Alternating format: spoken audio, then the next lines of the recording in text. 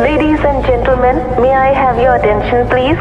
मौसम की गड़बड़ी की वजह से किसी भी सुरक्षा मानक से कांटेक्ट नहीं हो पा रहा, इसीलिए हमारी फ्लाइट जूनागढ़ गांव में लैंड करने वाली है। कृपया अपनी सीट की पेटी अच्छे से बांध लें। चिंता की कोई बात नहीं है, आज शाम को ही हमारी फ्लाइट टेक ऑफ करने के लिए बिल्कुल तैयार हो जाएगी और असुविधा के लिए खेद है। Ladies and gentleman, may I have your attention please. कुछ ही देर में फ्लाइट एक ऐसे गांव में लैंड करती है जहां चारों तरफ धूल ही धूल थी। हरियाली के नाम पर रेत के टीले के बीच में थोड़ी बहुत घास नजर आ रही थी। ओह नो, ये कैसी जगह है? दूर दूर तक ना कोई ट्रांसपोर्ट है ना रहने की जगह। ये कैसा खंडहर गांव है? भला एयरपोर्ट के नाम पर सिर्फ एक सड़क बना रखी है और कुछ भी नहीं। बसंत देखता है कि सभी आसपास ही टेंट लगाकर रहने का जुगाड़ कर रहे हैं। शाम तक की तो बात है, भला इसमें टेंट लगाने की क्या जरूरत है? और वैसे भी एक इंटरेस्टिंग जगह पर आ गया हूं मैं, शाम तक घूम फिर कर वापस आ जाऊंगा। ये सोचकर बसंत गांव के अंदर दाखिल हुआ। अरे बाप रे, बहुत गर्मी है इस गांव में तो। भैया सुनो, जरा एक नींबू पानी लगाना। ये लीजिए भैया, अभी तो गर्मी आई भी नहीं है, अभी तो बस शुरुआत है, शुरुआत। हाँ अरे ये क्या, मैंने आपसे नींबू पानी मांगा था, आप ये मुझे क्या दे रहे हैं? अरे पी लीजिए साहब, ये है बेल का रस, समझे? हमारे दादा और दादा के जमाने का नुस्खा है ये। हाँ, बेल का रस? I don't like it. अरे भैया, इसकी आपको बहुत जरूरत पड़ेगी। अभी 10 कदम आगे जाएंगे ना तो कदम लड़खड़ाने लगेंगे इस गर्मी में। पूरे गांव वाले यही रस पीते हैं, वो भी मेरे ही ठेले से। हाँ, पेट को भी ठंडा रखता है और ताकत भी बनाए रखता है ये, समझे? पी लीजिए। बसंत दुकान वाले के कहने पर नाक बंद करके वो जूस पी लेता है। इसका टेस्ट ना बिल्कुल भी अच्छा नहीं था। ये लो, पकड़ो अपने पैसे। बसंत आगे बढ़ा, उसे एक बहुत सुंदर बगीचा नजर आया। पूरे गांव में कहीं हरियाली नहीं है, लेकिन ये थोड़ी सी शांत और अच्छी जगह लग रही है। It's like a park. Basant अपना सूटकेस साइड में रख देता है। पेड़ों की छांव के नीचे चिड़ियों की चहचहाहट के बीच उसे अच्छी नींद आ गई। लेकिन उसकी नींद जैसे ही खुली, उसने देखा कि अब अंधेरा होने वाला है और ठीक उसके सर के ऊपर से वो हवाई जहाज उड़ा जिसमें वो बैठकर वहां पहुंचा था। बसंत बौखला गया। Oh shit shit shit shit, मुझे समय का पता कैसे नहीं चला? ओह नो, सब जा चुके हैं और मैं यहाँ रह गया। ये तूने क्या किया बसंत? तू इतना बेवकूफ कैसे हो सकता है रे कि तू सो गया, और वो भी बेफिक्र होकर। बसंत अपना फोन लेकर यहाँ से वहाँ दौड़ने लगा, लेकिन गांव में कहीं भी नेटवर्क नहीं मिला। वो जैसे ही बाजार के बीच पहुंचा, सभी लोग उसे तिरछी नजरों से देखने लगे। ये जगह एक तो मेरे लिए वैसे ही अननोन है और ऊपर से नेटवर्क भी नहीं आ रहा है। जो मैं अशोक को कॉल करूं, वो हेल्प भेजेगा मेरे लिए। और ये लोग तो मुझे बहुत अजीब नजरों से देख रहे हैं, कहीं मेरा सामान न चोरी कर लें। इतने में ही राधा बोल पड़ी। अरे शहरी बाबू, आप तो उस हवाई जहाज में बैठकर आए थे ना, वापस क्यों नहीं गए? हमारे गांव में ही रहने का इरादा है क्या?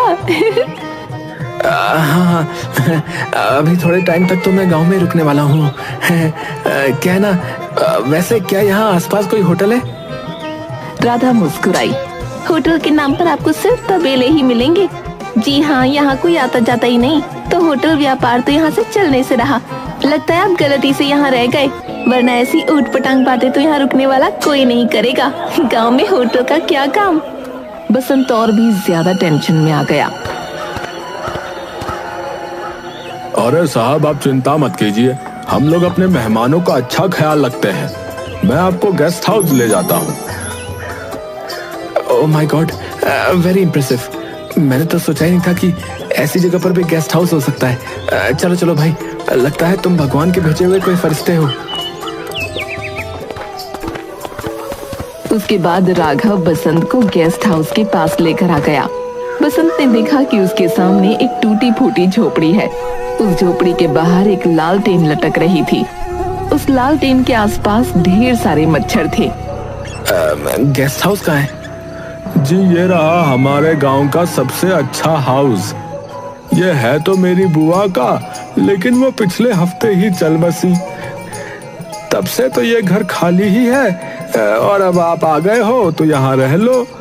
आप भी तो गेस्ट ही हुए ना, और ये हमारा हाउस है ही, इसलिए आप गेस्ट और ये हाउस, ये गेस्ट हाउस। बसंत अपना सर पकड़ लेता है। अबे यार, यहाँ के लोगों में कम दिमाग है क्या? यहाँ पर इसकी बुआ की मौत हुई है और वो भी पिछले हफ्ते, और ये कह रहा है कि मैं यहाँ पर। बसंत पीछे मुड़कर देखता है। वहाँ घने अंधेरे के अलावा कुछ नहीं था। अरे यार, यहाँ रुकने के अलावा कोई और रास्ता नहीं है। बसंत घर के अंदर दाखिल हुआ। यहाँ बिजली सुबह शाम आती है। बिजली की तो कोई भी परेशानी नहीं है, बस जरा गर्मी ज्यादा पड़ती है बस। लेकिन उसका भी गांव वालों के पास पूरा समाधान है। ये देखिए, ये आपका बिस्तर। थोड़े बहुत खटमल मिलेंगे लेकिन एडजस्ट कर लेना, और सामने ही खिड़की है, उसको खोल लेना, ठंडी ठंडी हवा आएगी। अच्छा, मैं आपसे अब सुबह मिलता हूँ, मुझे बड़ी नींद आ रही है। अच्छा। ये बोलकर राघव वहाँ से चला गया।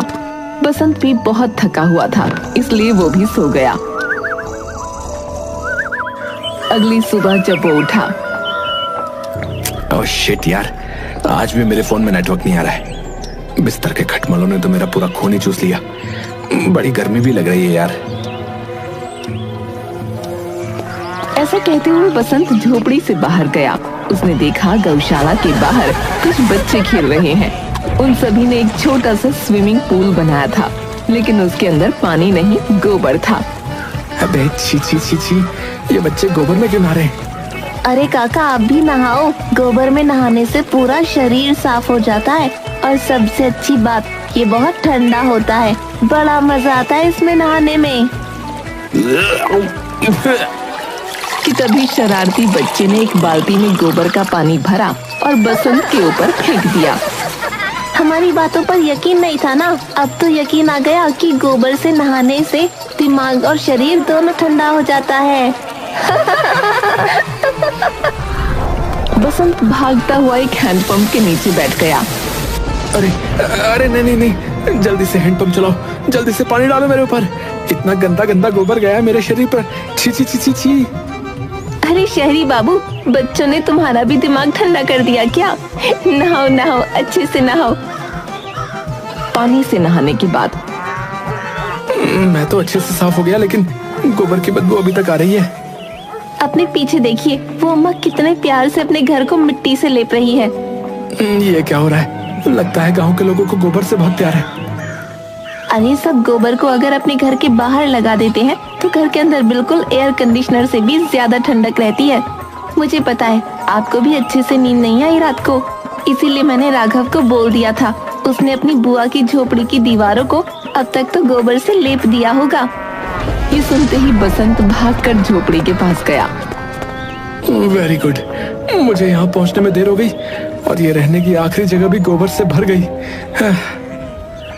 शाबाशी दीजिए, आपकी खातिरदारी करवाने के लिए देखो पूरी दीवार को गोबर से लीप दिया है। हाँ, अब आराम से सोना है, कोई मच्छर नहीं, कोई गर्मी नहीं।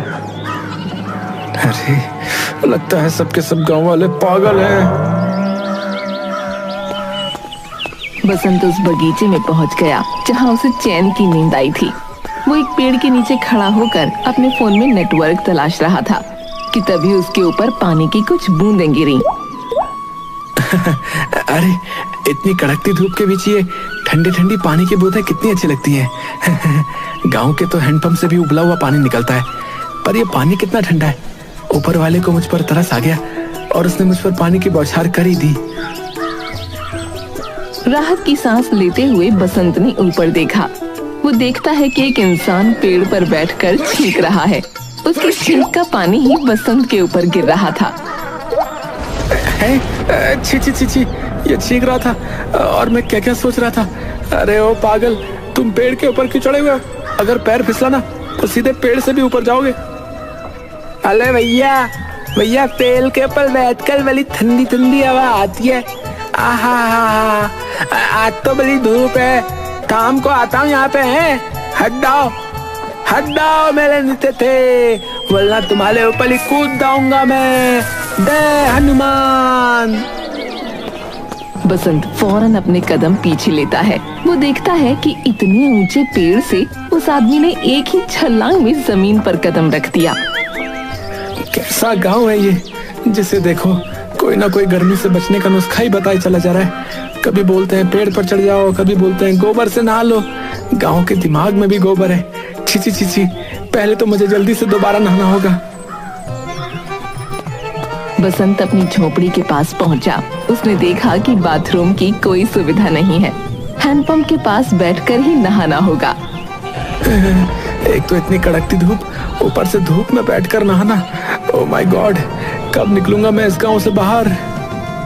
इतनी कड़कती धूप में पानी भी बहुत गर्म हो चुका था, लेकिन बसंत को उसी से नहाना पड़ा। नहाने के बाद जब वो अपनी झोपड़ी में गया तो उसे बहुत अच्छा महसूस हुआ। लगता है राघव झूठ नहीं कह रहा था। इस गोबर वाले घर के अंदर तो सच में बहुत ठंडक है। एक्चुअली यहाँ की हवा भी अब साफ लग रही है और गोबर की तो बदबू भी नहीं रही। इम्प्रेसिव। बसंत को बहुत अच्छी नींद आई। शाम को जब वो गांव वालों के बीच पहुंचा तो उसने देखा कुछ लोग शरबत पी रहे थे। अरे ये तो वही शहरी बाबू है। अरे यहाँ आओ शहरी बाबू, ये लो शरबत पियो। नो थैंक्स, मुझे नहीं चाहिए।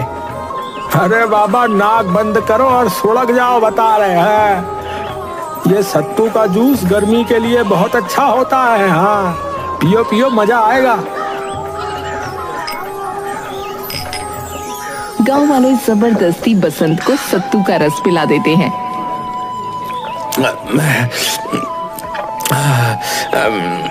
एक्चुअली इतना भी बुरा नहीं है। इसमें नींबू का जो टेस्ट है ना, वो बहुत ही टेस्टी है। एक अच्छा फ्लेवर आ रहा है। प्याज और मिर्च को बारीक बारीक काटा गया है। हाँ बहुत अच्छा, बहुत अच्छा। अरे यहाँ पर ऐसे ही शाम को सत्तू का रस पिया जाता है और दोपहर में भी। गर्मी में बड़ा काम आता है भैया। पेट और दिमाग दोनों ठंडा रहता है और साफ भी। हाँ, प्रोटीन भी मिलता है सो अलग। काका, यहाँ पर अगली फ्लाइट कब आने वाली है? कुछ आइडिया है आपको क्या? फ्लाइट? अरे पूरे 30 साल बाद तो एक विमान उतरा था जो कुछ ही घंटों बाद निकल गया, लेकिन एलियन की तरह आपको यहाँ छोड़ गया। अब अगला विमान कब आएगा वो तो भगवान जाने। क्या यहाँ पर टेलीफोन मिलेगा? टेलीफोन? हाँ हाँ बेटा, वो तो मिलेगा। बाकी फोन में नेटवर्क आते नहीं। बाकी हाँ, चंचल पनवाड़ी की जो दुकान है वहाँ चले जाओ। बसंत चंचल पनवाड़ी के पास पहुंचा और उसने अपने फोन से नंबर निकालकर अपने दोस्त को टेलीफोन किया। अरे तू कहाँ रह गया था भाई? तेरी फ्लाइट तो 3 दिन पहले ही यहाँ पर पहुंच गई है, लेकिन तू कहाँ रह गया? ना कोई फोन, ना कोई पता, ना कोई मैसेज। अरे यार, सच में तुझे मिलकर ही बताऊंगा। अभी बस तू इस गांव में आजा। अरे भाई, ये जो जूनागढ़ गांव है ना यहाँ पर नेटवर्क है ना ही कुछ और। मैं यहाँ पर फंस गया हूँ यार। भाई मुझे ले चल यहाँ से, वरना मैं पागल हो जाऊंगा, बता रहा हूँ। 2 दिन और रुका तो गांव वाले गर्मी से बचने के नुस्खे बता बता कर ना मेरा दिमाग खाली कर देंगे यार। इतने में ही फोन कट गया। हेलो हेलो, अबे अबे अबे यार, फोन क्यों कट गया यार? भैया बस आपका समय यहीं तक था भैया, बिजली जा चुकी है, ठीक है? अरे लेकिन राघव ने कहा था कि सुबह शाम बिजली आती है। मेरी उस झोपड़पट्टी में तो बिजली का कुछ है ही नहीं जो मुझे पता चले, लेकिन गांव में तो सुबह शाम आती है ना। बिल्कुल सही कहा, सुबह शाम ही आती है। आपको सुनने में गलती हुई है। उसने सुबह शाम ही कहा, लेकिन आपने सुबह से शाम सुना। लीजिए पान खाइए, मुंह बिल्कुल ठंडा कर देगा। हाँ खाइए खाइए, गर्मी में मजा आ जाएगा। एक मिनट मैं अब बताइए। ये लो एक और नुस्खा, दो भैया दो, पान भी खिलाई दो। पान खाकर बसंत के मुंह में ठंडक होने लगी। अरे भैया कमाल है, ऐसा लग रहा है कि मेरे मुंह में मेंटोस रखा हुआ हो। मजा आ गया। बसंत ने देखा कि गांव वाले जगह जगह पर पक्षियों के लिए भी पानी रखा करते थे और खाना भी। गांव वालों का दिल बहुत अच्छा था। बसंत नहीं जानता था कि आज की रात उसकी गांव में आखिरी रात है। वो अपनी झोपड़ी के अंदर लेटकर सोचने लगा। इस कमरे की ठंडक, इस गांव की शांति, चारों तरफ रेत ही रेत। गांव वालों का बात बात पर गर्मी से बचने के नुस्खे बता देना, ये सब इतना भी बुरा नहीं है। इस झोपड़ी में नींद तो बहुत अच्छी आती है। चलो सो जाता हूँ, सुबह सोचूंगा। और अगली सुबह होते ही बसंत के दरवाजे पर उसका दोस्त अशोक अपनी जीप के साथ खड़ा था। अरे क्या बात है अशोक मेरे दोस्त, तू तो बिल्कुल टाइम पर आ गया यार। तुझे मेरा पता किसने बताया यार? अरे बिल्कुल भी मुश्किल नहीं था मेरे भाई शहरी बाबू। अच्छा अब जल्दी चलो, वरना रात हो जाएगी तो रास्ता भटक जाएंगे, बता रहा हूँ। बसंत फौरन अपना सामान उठाकर जीप में बैठ गया। जब वो गांव से निकल रहा था तब सभी गांव वाले विनम्र आंखों से बसंत की ओर देख रहे थे। बसंत उन सभी को अलविदा कहता है और अपने दोस्त के साथ शहर लौट आता है। Welcome home. कैसा लग रहा है वापस से शहर की तंग गलियों में आकर? और कैसा लग रहा है एसी के सामने सोकर? वैसे गांव में तो तुम्हारा बड़ा बुरा हाल होगा नहीं? ये तो तुमने सही कहा यार, अपना घर तो अपना ही घर होता है। लेकिन वहां भी ना मुझे यार सच बताऊं तो बड़ा अच्छा महसूस हुआ यार। वहां पर एसी नहीं है यार, लेकिन एसी की जरूरत भी नहीं है। हालांकि गर्मी बहुत पड़ती है, लेकिन गर्मी से बचने का हर एक पॉसिबल तरीका है यार, और हेल्दी भी है। मानना पड़ेगा यार गांव वालों को, वो बहुत स्मार्ट लोग हैं यार। उस रात बसंत सो रहा था, तब उसे ख्याल आया। अगली सुबह होते ही वो फौरन बैंक की तरफ रवाना हो गया। उसने बैंक से कुछ पैसों का लोन लिया था। अरे भाई तू आ गया? काम वाली बता रही थी कि तू बैंक गया है, लेकिन बैंक में तेरा क्या काम? थोड़े दिनों बाद सब बता दूंगा यार। इतने में ही अशोक ने देखा कि ट्रक भर भर कर गोबर मिट्टी बसंत ने घर के बाहर खड़ी करवा रखी थी। अरे तू पागल तो नहीं हो गया है? ये सारा सामान यहाँ क्यों लेकर आया रे? अरे तू बस देखता जा यार। बसंत को बैंक से लोन मिल चुका था। बसंत किराए पर एक जमीन लेता है और वहाँ पर काम करवाना शुरू कर देता है। वो मिट्टी के छोटे छोटे घर बनाता है और उनकी गोबर से लिपाई करवा देता है। उसे झोपड़ी के अंदर एक छोटा सा बेड, एक छोटा सा मटका और टेबल भी रखता है और एक मेन्यू छपवाता है।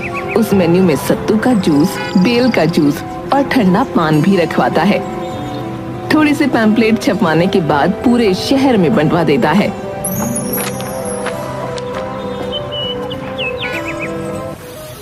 अबे यार लगता है भाई तू पागल हो गया है। आजकल 5 स्टार के जमाने में तेरे इस विलेज होटल में कौन आना चाहेगा रे? मिट्टी के घर में कौन रहना पसंद करेगा यार? और ये मेन्यू में क्या है? ओ बेल का जूस। भाई ये क्या है भाई? इतने में ही बसंत के पास कस्टमर का कॉल आता है। जी हमने आपका पैम्फलेट देखा और हमें बड़ा ही यूनिक लगा। अब क्या है ना कि हम और हमारे बच्चे हर साल गांव तो नहीं जा पाते, पर आपने गांव का मजा शहर में ही दिलवा दिया, तो मजा आ गया। जल्दी से बता दीजिए कि आपके प्राइसेस क्या हैं?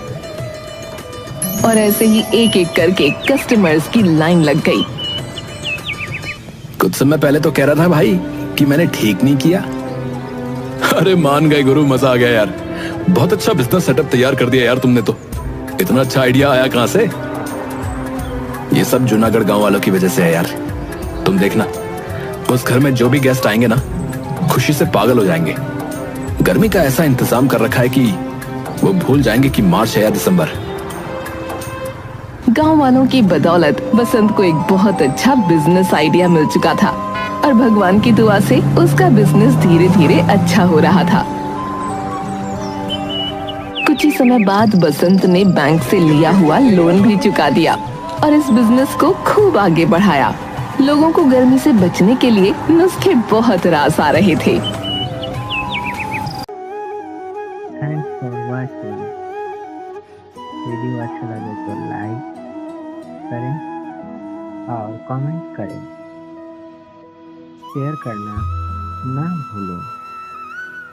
ऐसे ही मजेदार वीडियो देखने के लिए हमारे चैनल को सब्सक्राइब करें।